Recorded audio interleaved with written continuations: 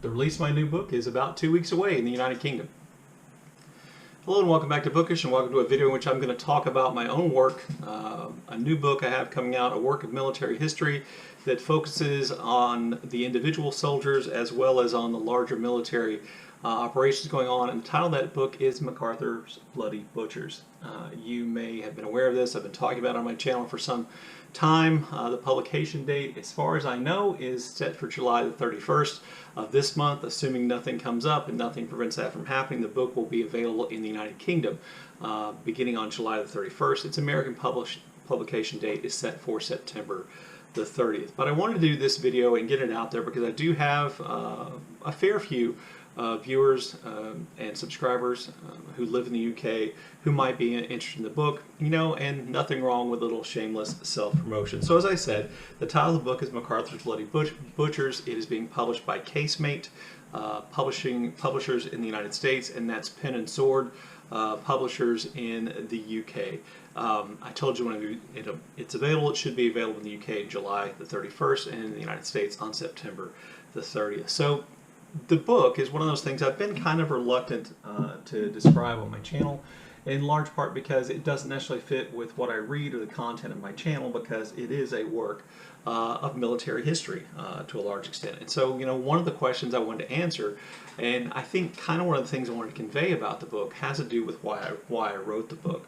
So I wrote the book because my great uncle Doyle was a soldier in the United States Army. He fought in the Pacific during World War II, and that uncle, my Uncle Doyle, was my father's favorite uncle. One of the most important grown-ups in my father's life was Uncle Doyle. So I took on this research project to kind of research my Uncle Doyle and his life in the military and what went on, with the intent of writing something specifically about my uncle, in part because I thought that would make my father happy, and in part because the story of soldiers in war is one of those things which I'm interested in. My first book, Thomas Boyd, Lost Author of the Lost Generation, focused on a Marine during World War I, and I thought this would be a natural kind of segue, and it also had this kind of personal connection. Now, in the process of doing that research, I realized something important, and that is there wasn't enough material just about my Uncle Doyle to write an entire book about. It wouldn't fill up, more than 50 or 60 pages, and that's if I really kind of stretch the information about him. So from there, I expanded the book to be a military history of his unit, which was Company G of the 163rd Regiment of the United States 41st Division. That's, the unit he served in, to kind of talk about Company G and the military actions it went through. As I researched that, I realized you can't really talk about one individual company's military actions without talking about kind of the larger picture.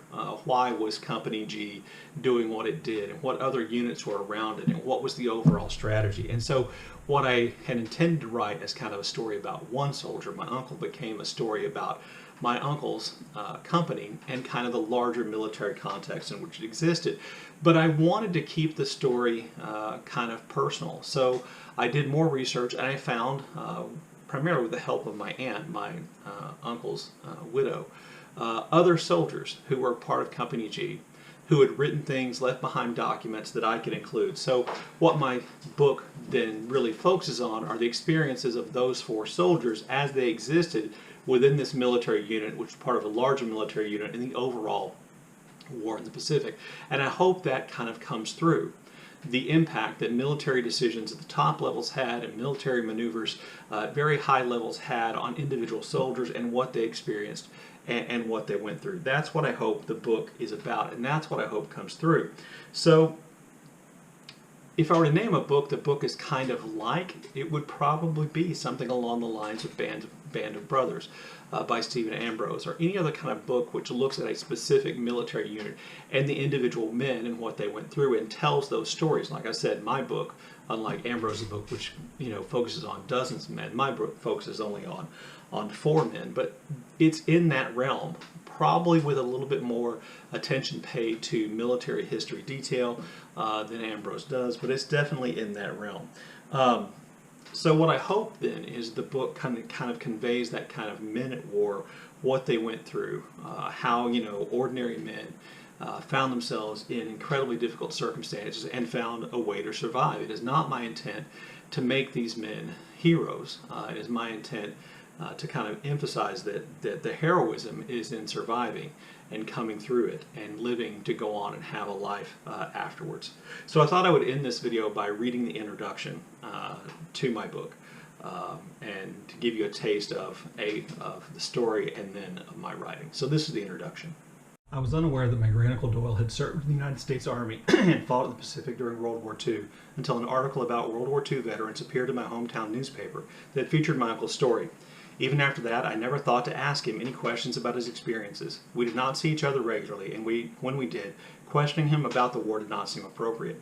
Then around 2006, after my uncle's death, my father loaned me a VHS tape that contained an interview that my uncle had given to another family member who was trying to preserve the memories of World War II veterans to whom she was related.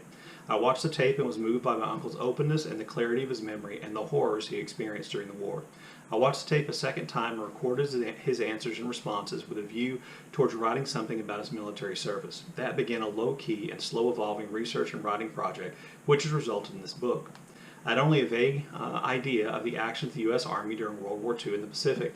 I knew Army units fought in the Philippines and on Okinawa, but I had always thought of the war in the Pacific as a war fought mainly by the United States Marine Corps on islands like Guadalcanal, Peleliu, and Iwo Jima.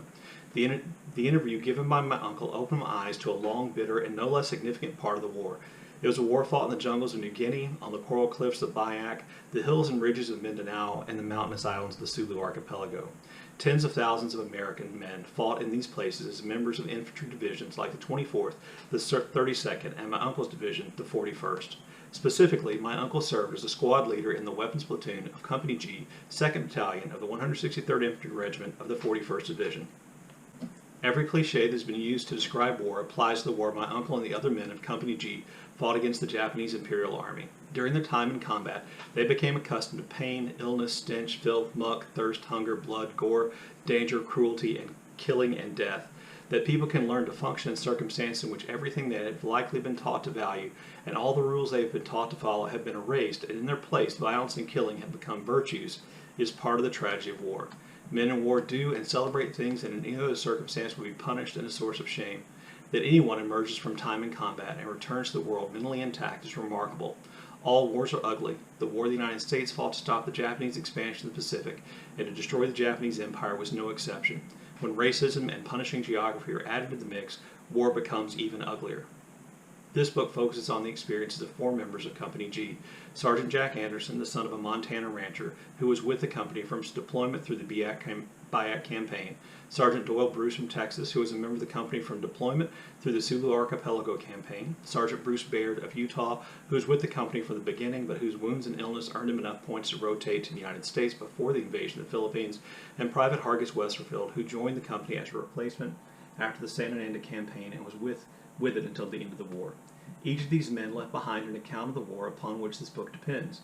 Over time, the exceptionally difficult circumstances in which they fought, the grinding cruelty, the daily danger, and extreme violence, numbed their sensibilities. As the war went on, their accounts of what they saw and did became more matter-of-fact. What had seemed exceptional and memorable to them in the beginning became routine and unremarkable over time.